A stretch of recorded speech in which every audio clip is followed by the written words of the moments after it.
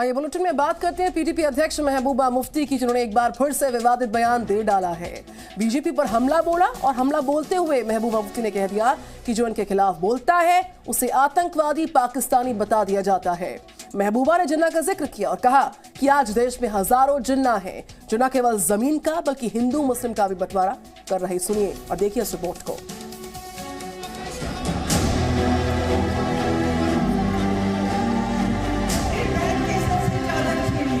PDP अध्यक्ष महबूबा मुफ्ती जम्मू कश्मीर से अनुच्छेद 370 खत्म होने के बाद से ही बीजेपी पर लगातार हमलावर हैं। जम्मू में एक रैली के दौरान उन्होंने एक बार फिर बीजेपी पर निशाना साधा। महबूबा मुफ्ती ने कहा कि बीजेपी के पास जनता को नफरत देने के अलावा कुछ नहीं है। जिस दिन बीजेपी ने एक निशान एक विधान का नारा दिया था, उसी दिन से जम्मू कश्मीर की समस्या शुरू हो गई थी। जम्मू के लोगों को बताते हैं हमने 370 खत्म किया जम्मू की तरक्की के लिए। नहीं मेरे भाइयों, इन्होंने 370 आपकी तरक्की के लिए खत्म नहीं किया। तो क्या देते हैं? नफरत, हिंदू मुस्लिम, हिंदू मुस्लिम। बीजेपी पर निशाना साधते हुए महबूबा मुफ्ती ने कहा कि बीजेपी ने सत्ता आते ही संविधान हटाकर अपना एजेंडा लागू किया और हिंदू मुस्लिम को आपस में लड़वाना शुरू कर दिया। उन्होंने कहा कि जो भी बीजेपी के खिलाफ बोलता है उसे आतंकी और पाकिस्तानी बता दिया जाता है। जिन्ना का जिक्र करते हुए महबूबा ने कहा कि आज देश में हजारों जिन्ना हैं जो न केवल जमीन का बल्कि हिंदू मुस्लिम का भी बंटवारा कर रहे हैं। महबूबा मुफ्ती ने कहा कि जिन लोगों का आजादी में कोई योगदान नहीं है और जिन्होंने अंग्रेजों की गुलामी की, वो आज हमें देशभक्ति का पाठ पढ़ा रहे हैं। बीजेपी पर महबूबा मुफ्ती के हमले यही नहीं रुके, उन्होंने बीजेपी पर किसानों को खालिस्तानी घोषित करने का भी आरोप लगाया। ब्यूरो रिपोर्ट, जी मीडिया। कश्मीर में आतंक की बौखलाहट अब उस दिए की तरह हो चुकी है जो बुझने से पहले जलने की पूरी कोशिश करता है।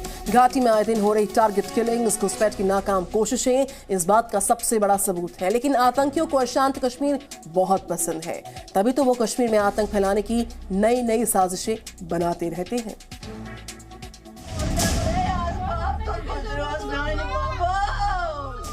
घाटी में आतंक की आग अब बुझने वाली है, मगर आतंकी इस बात को मानने को तैयार नहीं। इसीलिए वो इस आग को जिंदा करने के लिए आए दिन नई नई साजिशें कर रहे हैं।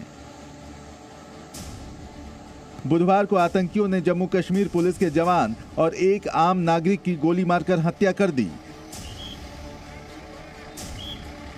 आतंकियों ने सबसे पहले श्रीनगर में शाम करीब 4:30 बजे एक आम नागरिक रौफ अहमद पर हमला कर दिया। हमले में रौफ अहमद को कई गोलियां लगी। लोगों ने रौफ को अस्पताल पहुंचाया, लेकिन उन्हें बचाया नहीं जा सका।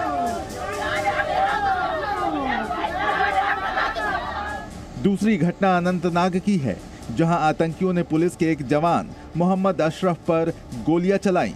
मोहम्मद अशरफ को भी अस्पताल ले जाया गया, लेकिन वो शहीद हो गए।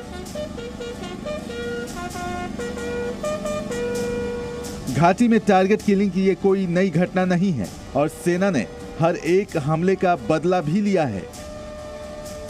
लेकिन आतंकी हैं कि साजिशों से बाज नहीं आ रहे हैं।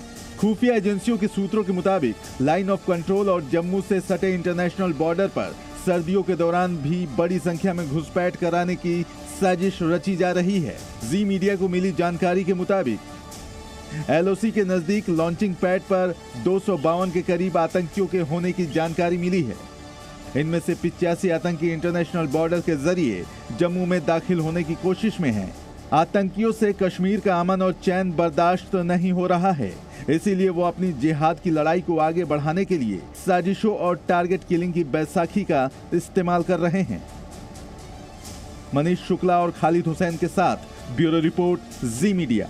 Presenting B News app, available on Google Play and App Store. Download it now.